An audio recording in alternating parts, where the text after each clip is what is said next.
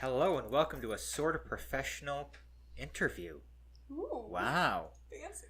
I'm Matt, And I'm Nicky. and Nicky is in college. I'm almost done with college. Get me out. Nicky has to write papers. Very long papers. So, let's see, what do we got here?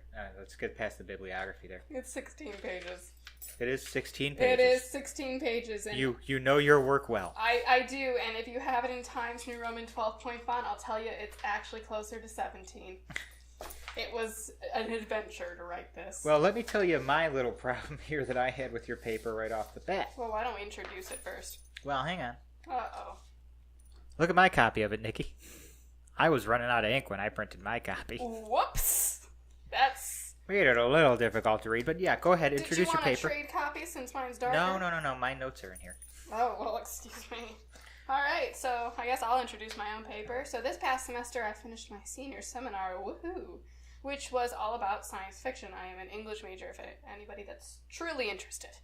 And for my seminar paper, I wrote a paper about the ramifications of science fiction and technology and the connection between technology in the modern world and science fiction, and how they kind of parallel each other, and sometimes science fiction almost gets predictive, and the ramifications that can have for society. So it was an adventure to write, I will assure you. Well, Nikki told me that she used Doctor Who as some examples in here, I did. and I said, oh, I must read that. Yes, it was... I had to use my one love Doctor Who. So that was why I took the course, so I could talk about Doctor Who. Specifically a David Tennant episode. Of course it was David Tennant. Two David Tennant episodes. Yes, yours truly grew up with David Tennant and is still in love. But I don't know. I don't really want to start here, but I do kind of want to ask. Okay, I'll do it now. What is the? Give me the conclusion of the paper. So the conclusion of the paper... Because then I'll give you the conclusion that I came to after reading the paper. So the conclusion I would hope a reader gets from the paper, quite frankly, is I give 4 examples. A few are, or a couple actually, are written. One is TV, one is video games. And I give examples of how technology hurt these societies, even though they were originally set up to help. And then I compare them to technology that we already have in the modern day. So hopefully the conclusion I leave with the reader is more than wondering, has our technology already gone too far? Have we already started to develop things that maybe we shouldn't be touching because we might lead ourselves into something like Margaret Atwood's Oryx and Crake or Doctor Who's Cybermen. Cybermen are a little more extrapolated, obviously. But just a little bit. At this point still stands. There are things in science fiction that are completely within the realm of human capability. I don't think that means we should touch them. That is different than the conclusion I came to because, okay. And I'll tell you, it's not what, and maybe it's what I'm bringing into it more than what I'm taking away from the paper. Mm-hmm. But it seems to me less of technology being bad, mm-hmm. and or technology ruining society and lives, mm-hmm. and more people using technology.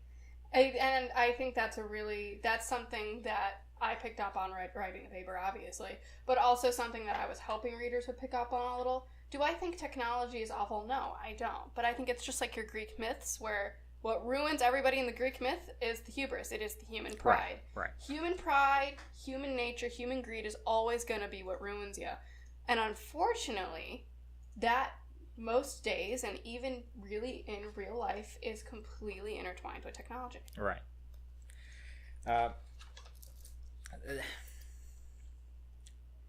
There was, I don't know if you've ever read a book by Stephen King called Dance Macabre. I've read parts of it, actually. I have not finished it. It's one that I wish I had known you were writing this paper, mm-hmm. Because I would have forwarded you some of it. Oh. Because in it, he talks about the Thing.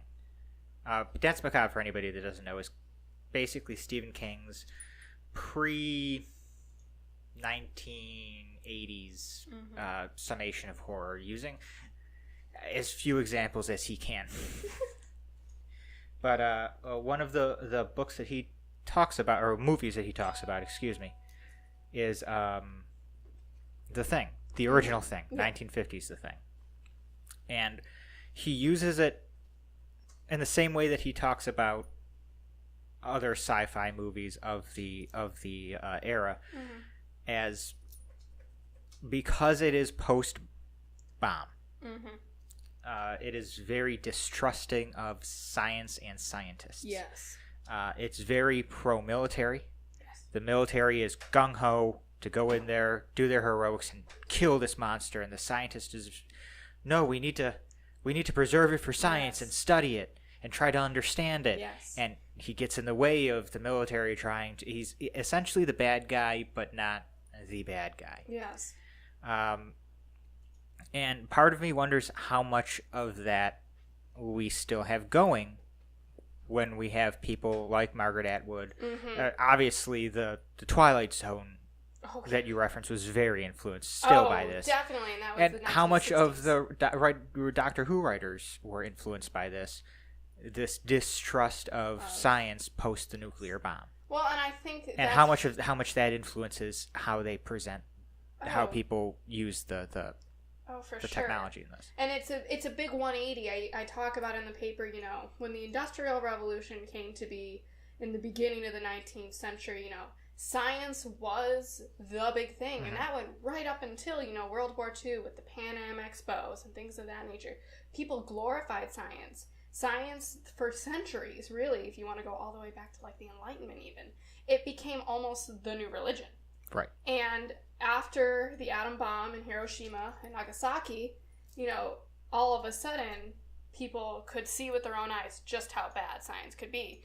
And maybe it's, like we said, it's not science and tech that are bad. It's the people that use them. Just like guns. We have the whole gun debate. It's the same principle. It's whoever is in control of it. And I think it's still something that we try to warn people about, because the Cold War, it seems like it was far off. First of all, I personally don't think it ever really ended, but it officially only ended about 30 years ago. I mean, it really wasn't that long ago, so people are definitely still living in the wake of this fear of nuclear war. And I mean, even now with the current political situation, we see it's starting to hike back up again. We still worry about dirty, even if we're not worrying about specific countries, we're still worrying about dirty bombs. Exactly, we're still worried about it. So I think that definitely has had a huge influence on science fiction as a genre, and just on people in general. I mean, I will agree The Thing in 1950s and 60s science fiction, very science damning almost. Yeah. And glorifying the military, glorifying those who could see the danger, basically. I will definitely agree with that. It's getting better. Obviously, that's gotten better. We don't see it as much in Doctor Who. We see it a little bit, but the Doctor's whole thing is science and tech. Exactly. So. That was another note I made, is that the Doctor uses science to save people and help them. Yes. And But the Doctor's not human, if we remember. That's true. Yeah. But even if we look at the Time Lords, what do they end up doing with the Time War? It really wasn't that great. It's about the specific being. Here I'll bring up a guy you've probably heard of him, Michio Kaku. Yes. He wrote a book called Physics of the Future. Oh God. And he writes about things that people are researching now and how we could use them in the future. Like he talks about the Google glasses. Oh God. They're not called the Google. He doesn't write about them as the Google glasses because a lot of people were working on developing something like that. Yeah. But at the end of the book, he writes a chapter that is basically like what he thinks, or maybe just hopes, life will be like in the future. And it is a very optimistic way of looking at the future. I think we would all like to be optimistic. That's not always the case. I kind of wonder, like,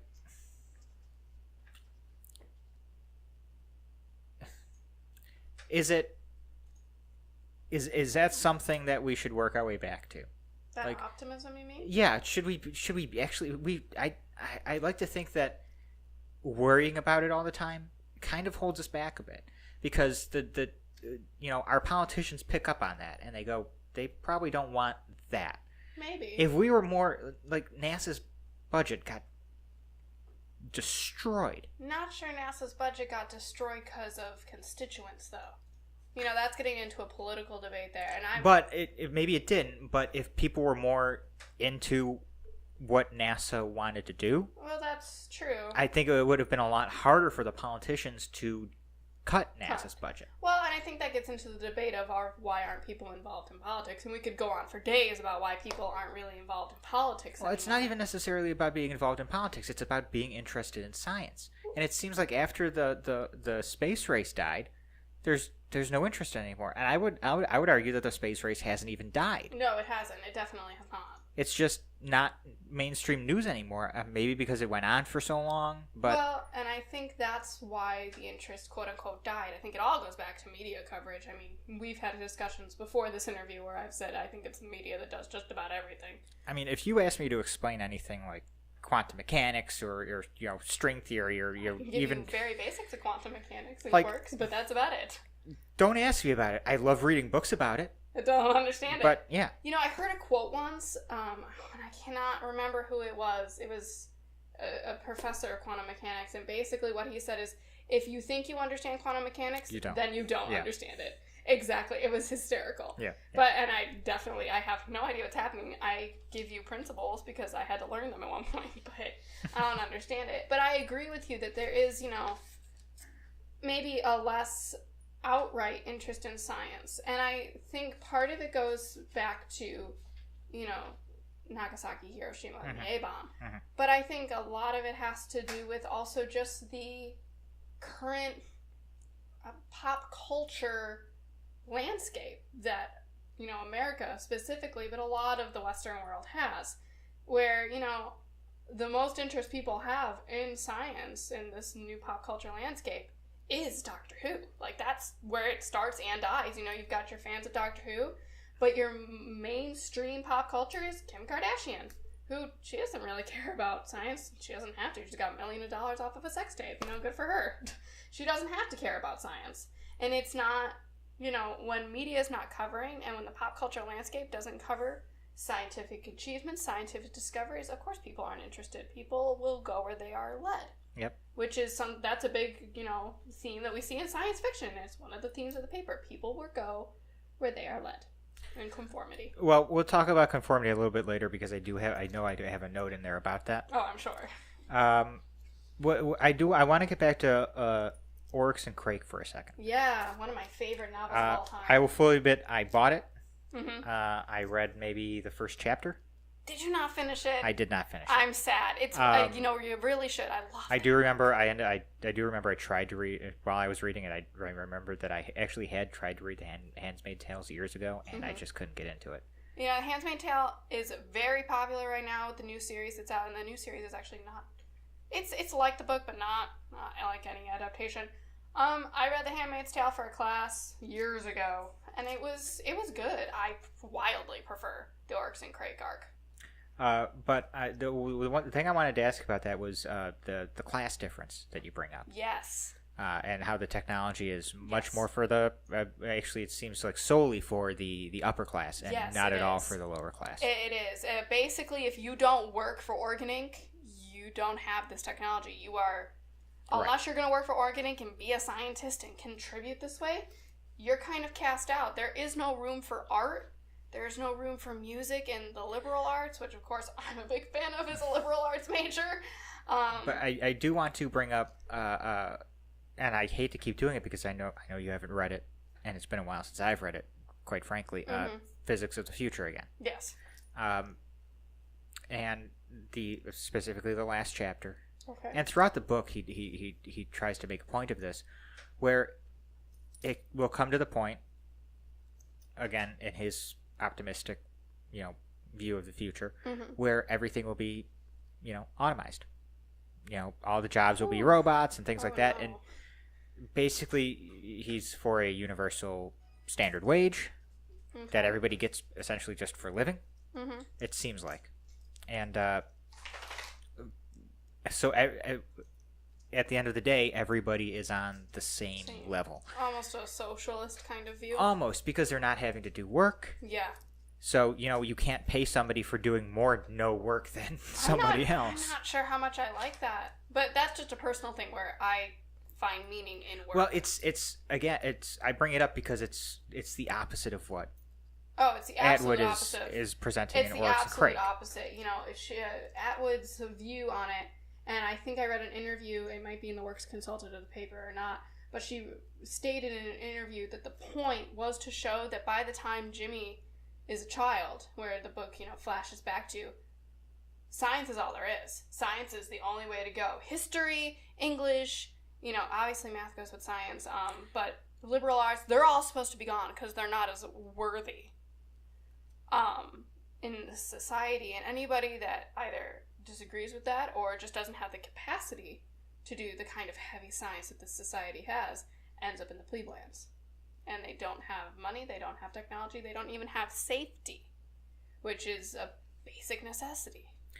So I think what that again leads to is the difference that I brought up before about the optimistic and the pessimistic views of the future that people have. For sure. I think and totally Margaret Atwood seems to I don't want to put this so hyperbolically, but it seems like she has no faith in humanity to be good people. The way Atwood writes her books, which I think is a really interesting way to view it, is she, and I even say in the paper, in an interview, she states, I do not write about things that we cannot or haven't already done. Mm-hmm. So I think a lot of her, as you said, a complete loss of faith in humanity, is based off of what she sees. And I can understand where she gets this kind of cynical viewpoint of the world from. I also think that a lot of her writing is a warning. Let's not get here. Don't make this come true kind of writing. It's not like this is definitely what's going to happen, we're all screwed. But I don't think that people change the way they think based on warning. No, I don't think they do either. And this is comic book reader me coming out. I think people change the way they feel and the way they think by seeing an example of something better. That could be, or seeing an example of just how bad things can get. And I think that's what Atwood's trying to do. She's trying to give an example of how bad things can get. As I said, it's hard for me to argue this point because you have a book like 1984. Oh, yeah. Which is people constantly talking about Big Brother this, Big Brother that. So it is very, very hard for me to argue this point, but I do think that most people are more willing to change, again, how they think and feel, if they're presented with an option that looks better and not an option that looks worse. I think, and this is going to be cynical me coming out, but I'm going to have to agree with you to a large extent, and it goes back to human greed. By the way, if anybody met the two of us, they would assume I was a cynical one and you were the hopeful one. They would, and it's actually quite the contrary. We will both assure you. I'm probably the most cynical person going. Don't worry, listeners. I still hate people as much as I did before. Oh, not as much as me. But in any case. But I read Grant Morrison, and Grant Morrison is a comic book writer who a lot of people hate, but he tries to present superheroes in as not so much characters, which is why people have a lot of people have a problem with his work, but as archetypes and iconography to look up to and to try to emulate. You would like something like that. So, you look at somebody like Superman, and Superman is there to teach, not to, be the Earth's protector necessarily, or to always be around so that nothing bad can ever happen to humans, but to teach people how they can be better and how they can and how they can advance themselves so that maybe one day they don't need Superman anymore. Oh, how touching. Not my cynical, sarcastic tone voice. You and there it is for me. That's just not up my alley. Atwood is much more up my alley with her cynical warning. But I'm gonna go back to what you said. I think you're right. I think a lot of humans will go with the better option because it's better for them. So I can't disagree with you there. I think. Well, we are humans, so anything that's better for humans would be the thing I hope we would go for. Well, that's true, but sometimes humans will throw other humans under a bus because it's better for them. So that's that argument. I don't want to drive to work every morning and see, homeless people walking down the street, or riding their 40-year-old bicycle really slow because they can't push it any faster or it'll fall apart. But if you're rich, it's that whole thing, like, if a rich man gives, $1, that's nothing. But if a poor man gives somebody else $1, that's, a big thing. Yeah. But you do have to look out for yourself. I think once you get to a certain state of security, though, like the people in the compounds at Oryx and Crake, you should be able to help other people and branch out. I think that's kind of the point. But here's the question that really comes up. I'm ready. Because of that. Mm-hmm. And we're moving away from technology here, but more towards sociology. We are, but we'll get back to it. It's all right. Is how many generations are we into these compounds? So at the beginning of the novel, it's supposed to be set in actually like the 2010s. And it's probably only like the first generation, because there's a quote that I even put in the paper where they're talking about how within the compounds, Jimmy's father thinks it's so great because you could do things that you used to do, quote, when Jimmy's father was a kid, before things got so serious. You could walk around without fear, go for a bike ride, sit at a sidewalk cafe. Right. This is on 5. Yes, yeah. Page 5. So, it's supposed to be emulating that Jimmy is really the first kind of generation to come up completely within these compounds. Okay. Jimmy's father and mother remember when we lived in like a normal kind of, as we would know it, society, and it's even more so of like a 1960s society where, kids can walk down the street. That kind of pops the bubble of my what I was going to say then. Oh, but I ruined it for you? I'll still bring it up because it's kind of an interesting thing to think about, I think. Okay. Let's say Jimmy's 3rd generation then. Okay. For the sake of argument. I'm ready. Not only has he now been raised in thinking of the plebeians as really nothing, and the people that live there as, dangerous and unpredictable. Exactly. How is he, by the way, his parents have been raised to think that, and if I'm doing my generations right, his grandparents have been raised to think about that. Yeah, so for the 6 yes. How is it takes a much stronger, and I hate to use the word stronger, but it takes a much different kind of person to break out of that than to just go along with it. Oh, for sure. Most definitely. Most people are not going to say, everything that I've ever known is wrong. Most definitely. Now you have the start of pretty much every YA fiction novel ever right there. Oh, God. Then I'm wrong. Let's move on.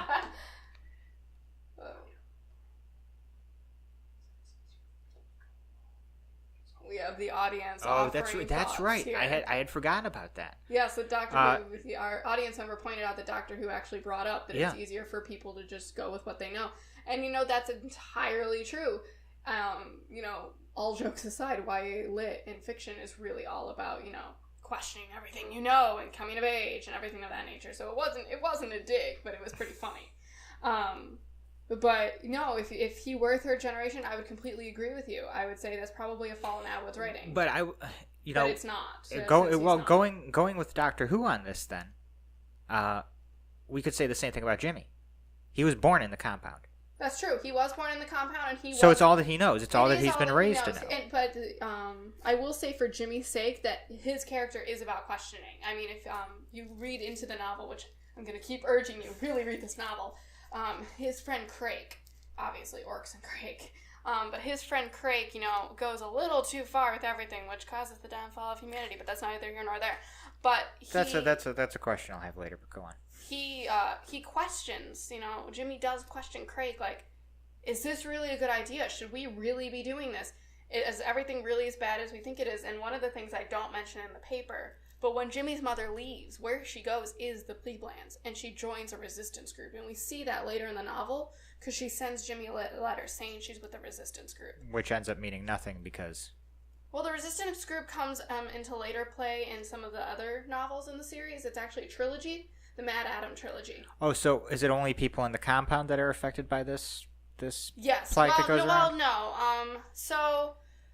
Oh gosh, I have to remember now. Because I have a question about this plague. I want to say that the second novel, which I want to say it's called Year of the Flood, is either After the Flood or Year of the Flood, and I just cannot remember the name for the life of me.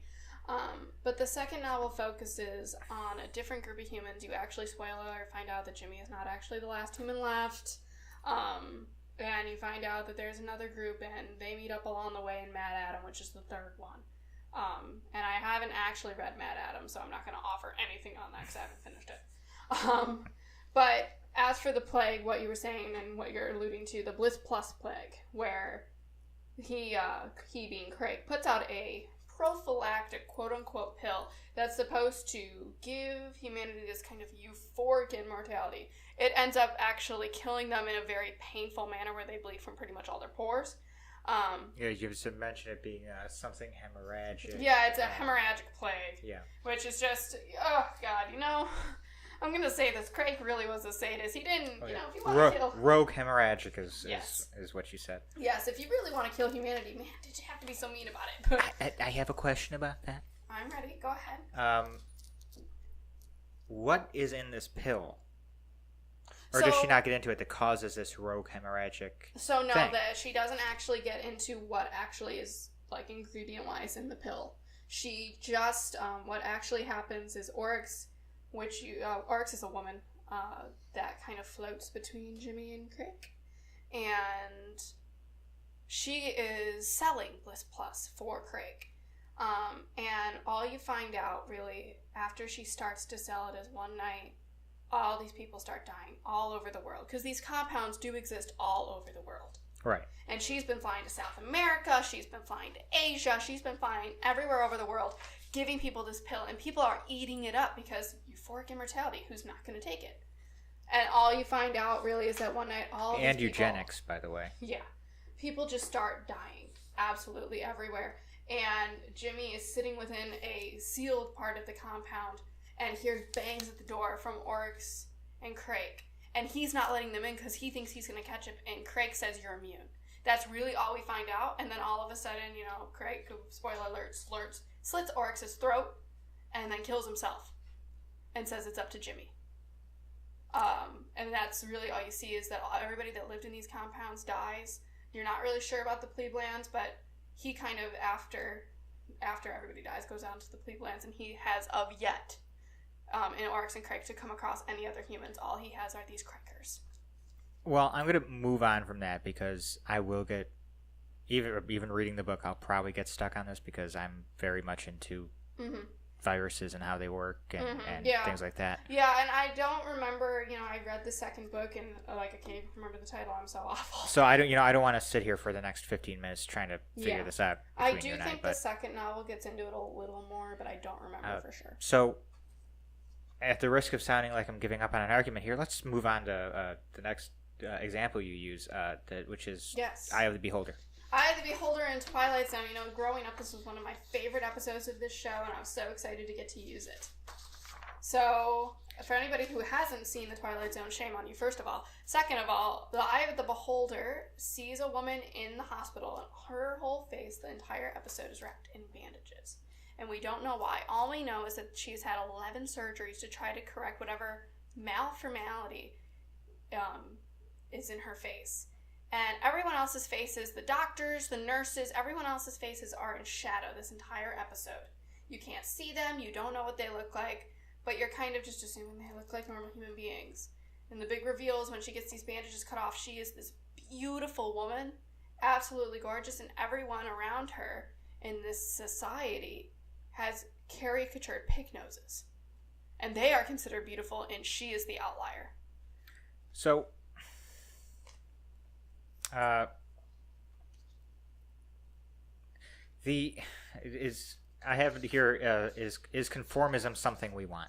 Oh God! And I ask that because that's a note I make because I was thinking about it as it seems like we are. Well, no, it doesn't seem like it. We are almost programmed to seek out groups of like people. Yes, for the fun. I mean, even like audience member and I have talked about this. An audience member, I think, will be a recurring character now. I think audience member is going to end up being a recurring character. Should we just introduce audience member, or are we going to leave it at long-time listeners, the three of you, know audience member as Rob.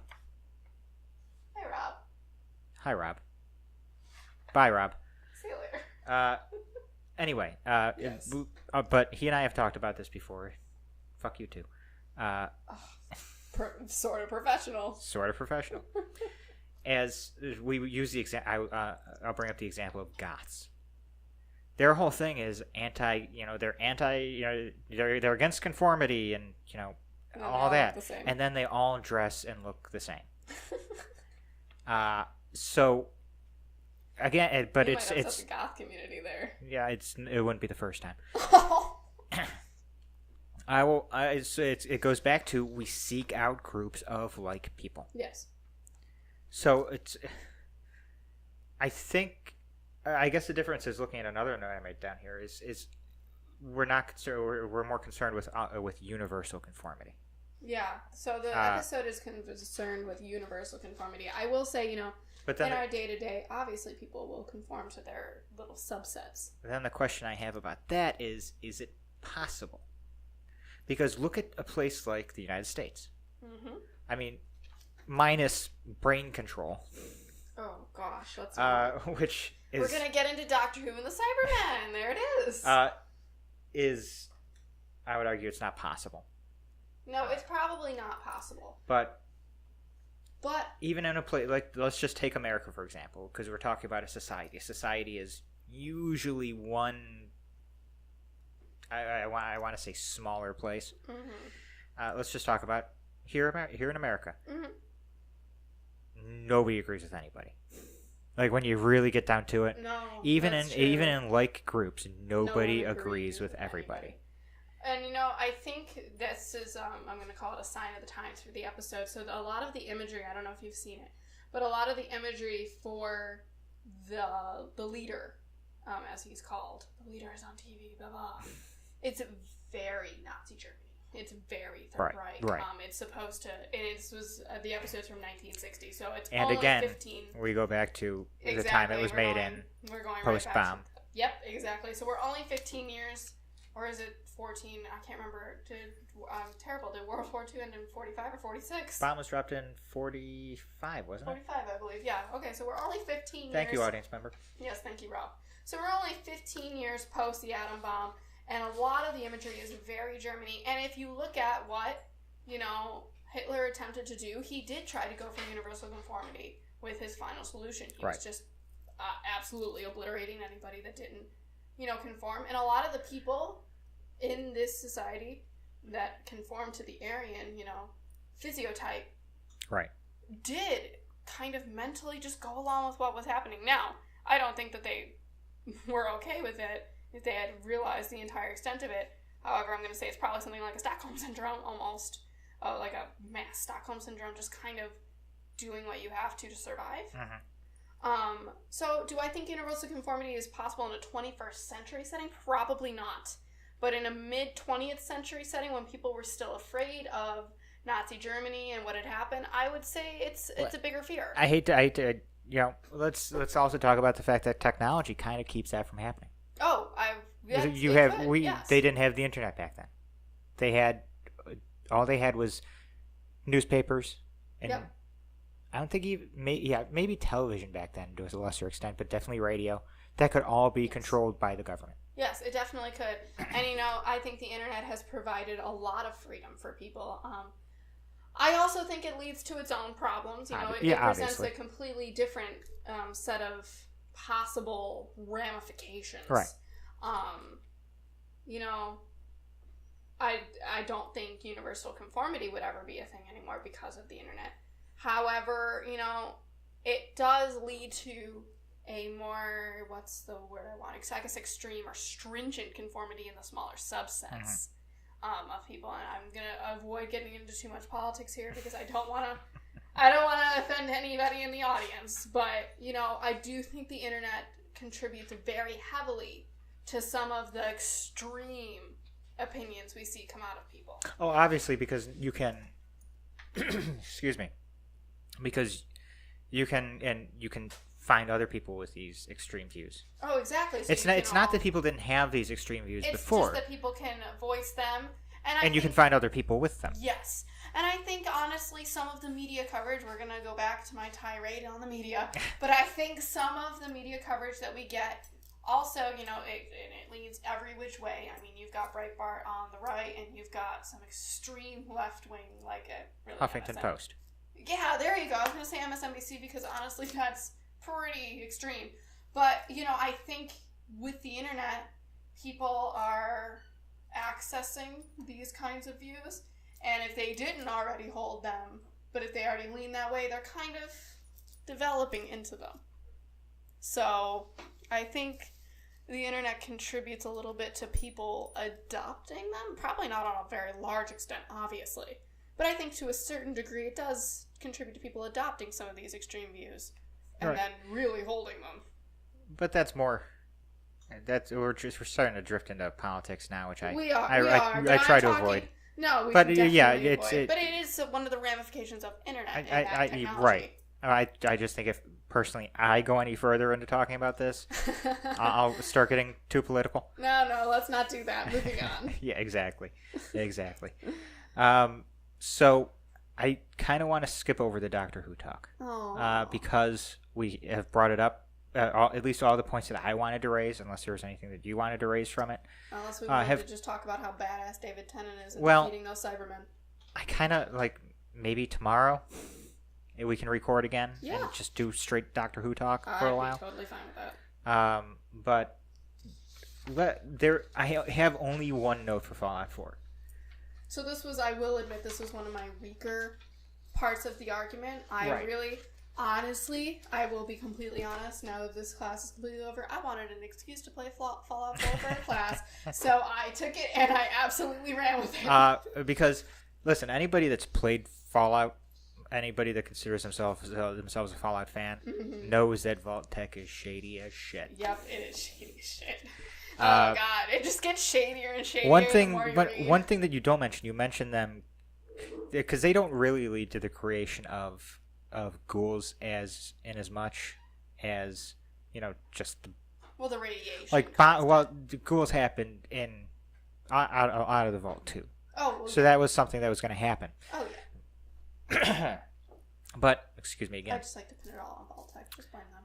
Well, one of the things you can definitely pin on Vault-Tec is the super mutants.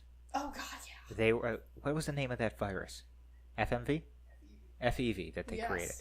That was a Vault-Tec experiment. Mm-hmm. Yep. By a crazy ass doctor. I think it was Fallout 2. Fallout 1 talked about that. Mm-hmm. I will fully admit I've not played Fallout 1 or 2. They are not the types of games I would like to play. That's all right. I'm there with you. What? That's true. Yeah. Well, there's plenty of people out there who have played it. You could watch them play it. Go watch a Let's Play. If you want to really get into it. Specifically, Many a True Nerd comes highly recommended. He's done Fallout 1. Has he done Fallout 2?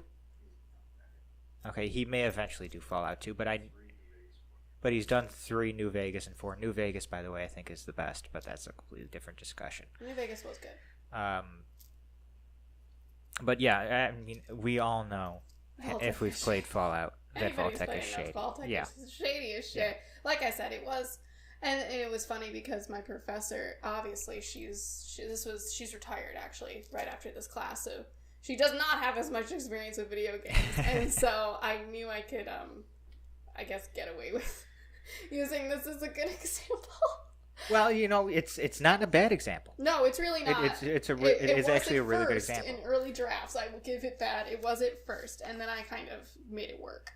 But, so my point, my basic point, anybody who's played Fallout knows it, is Vault-Tec is shady. Vault-Tec does whatever the fuck it wants, and it leads to a bunch of people dying that didn't have to die. Well, they do it, and you do bring this up because you bring up, I think I lost it here, hang on. The Bethesda producer Matt Grandstaff's advertising blurb. Yes. For, what is it, the Vault-Tec DLC?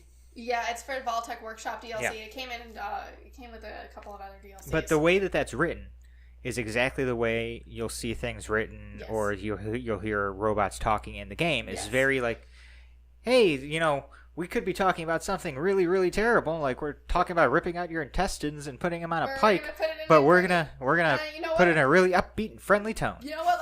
I'm gonna give this a dramatic little reading here, but it's build a brighter future underground with the all-new Vault-Tec Workshop. Create a massive vault and attract new dwellers using pre-war industrial kits, complete with retro nostalgic furniture, lighting, and art. And like every good overseer, run Vault-Tec approved experiments on your dwellers to learn what makes an ideal citizen.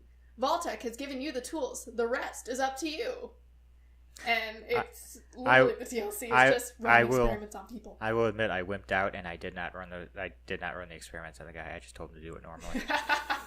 Were you nicer? Like, I can't torture this guy. I can't torture this person. And honestly, I didn't actually play the DLC. I just played the main game. But I will say that from the reviews I've seen and some of the videos I looked at, the experiments are much milder than the crap that Vault-Tec does in the actual game. Definitely. But it's still torture of a human being. Yeah. But no,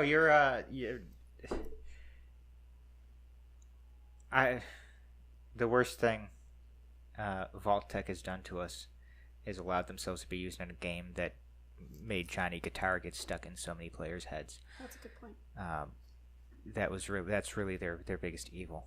I will say, and I do want to bring this up, is that while I felt that the overall Fallout argument was one of the weaker points of this paper, the comparison that I did with it to modern human experiments that are not done consensually, which happens, people aren't aware that this is happening, but in hospitals across the country, people are put into experiments left and right, really, without any consent, which is completely illegal, first of all. But also, secondly, it has led to people dying. Oh, maybe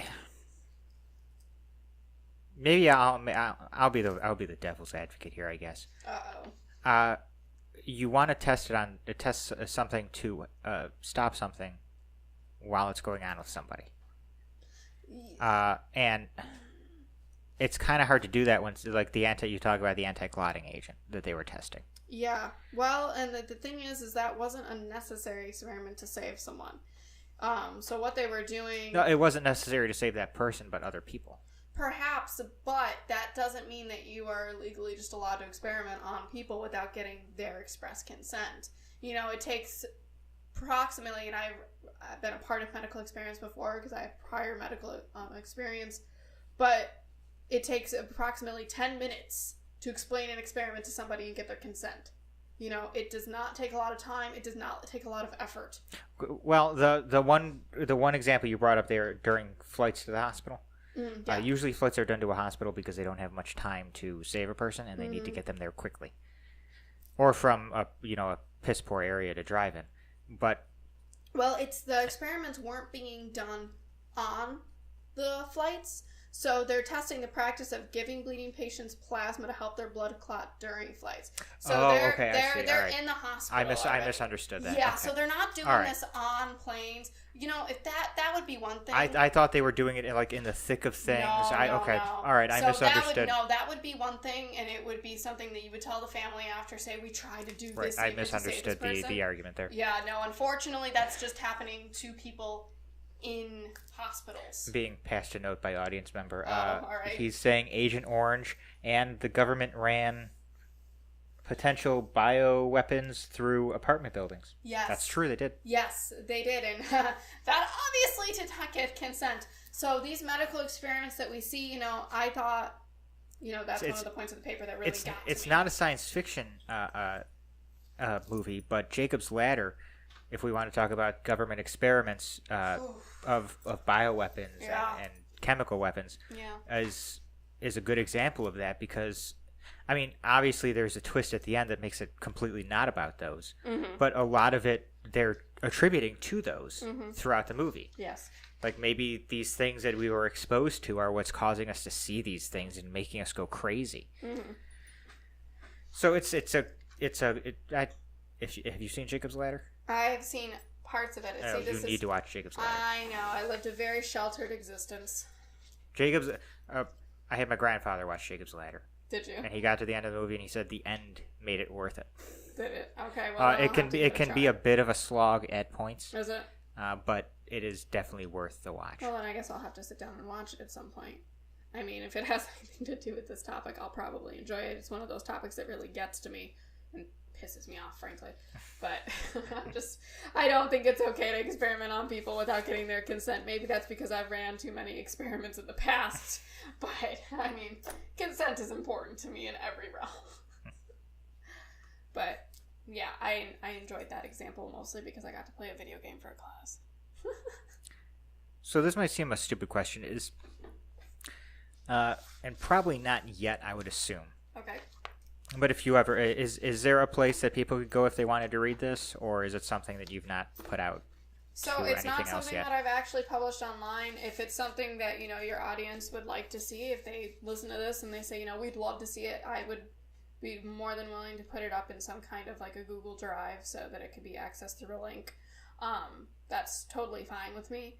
I haven't put it online just because I don't tend to put anything online. I'm one of those people that my Facebook literally is just full of like dog memes. Because I don't need people, knowing every little thing I think can do. It's just not my style. Okay, but if it's something that people want to read, I'd be more than willing to put it out there. If you want to read it, let us know in the comments down below because this is YouTube exclusive. It won't be up on any of the podcast sites that we throw it up on. Fancy. Or you could let us know on our brand spanking new Facebook page. Thank you to audience member again. What is it? Facebook.com/sortaprofessional. Or, send me a tweet. We all like tweets. It's sortaprofessio 2. Which I know I hate it so much because somebody else already had the name Sorta Professional, and I didn't know what else to do, so I just said, you know what? It's recommending Sorta Professio 2. I'll take it. It was 11 o'clock at night. I should have been asleep. Yeah, you should have been. That's late for you. I'm surprised, old man. It's not necessarily that I'm old, it's that I have to get up early. I'm gonna go with you're old. Of course you will. I know. Don't you love me? No. Yes, you do. But, okay. Is there anything else you want to say about it? No, honestly, my biggest point, I really wanted to talk about a little bit about those medical experiments. But if you've got any questions, I am right here, so you go ahead and ask them if you've got anything else to throw at me. Or if audience member has something to throw at me. I have nothing else written down. And that was why I wrote these notes throughout. I mean, like I said, we kind of hit the Doctor Who stuff as we were going through anyway. Yeah, and if we want to record about Doctor Who, we're free to. Right, and we'll probably, if you want to, we'll do that tomorrow. Okay, I have no problem sitting here and geeking out about Doctor Who for an hour. No, I'd be totally fine with that. And Rich won't do that with me because he doesn't watch Doctor Who. But that's awful. I know. Oh, he's missing out. It's sacrilegious, but what do I know? Oh, but hey, I don't. I have my Doctor Who. He has his wrestling that I don't watch. Wrestling? So yeah. Oh, let's not even go there. So we both have our things that the other one doesn't watch or pay attention to. Well, that's fair, like any good working relationship. So, well, I guess that just about wraps it up for us. We've been going for about 50 minutes here. Wow. I enjoyed the discussion. I think it was good. Yeah, I thought we did. I thought it was great. I hope I wasn't too stupid for you, college kid. I'm hoping I don't sound too stupid thinking I know a lot.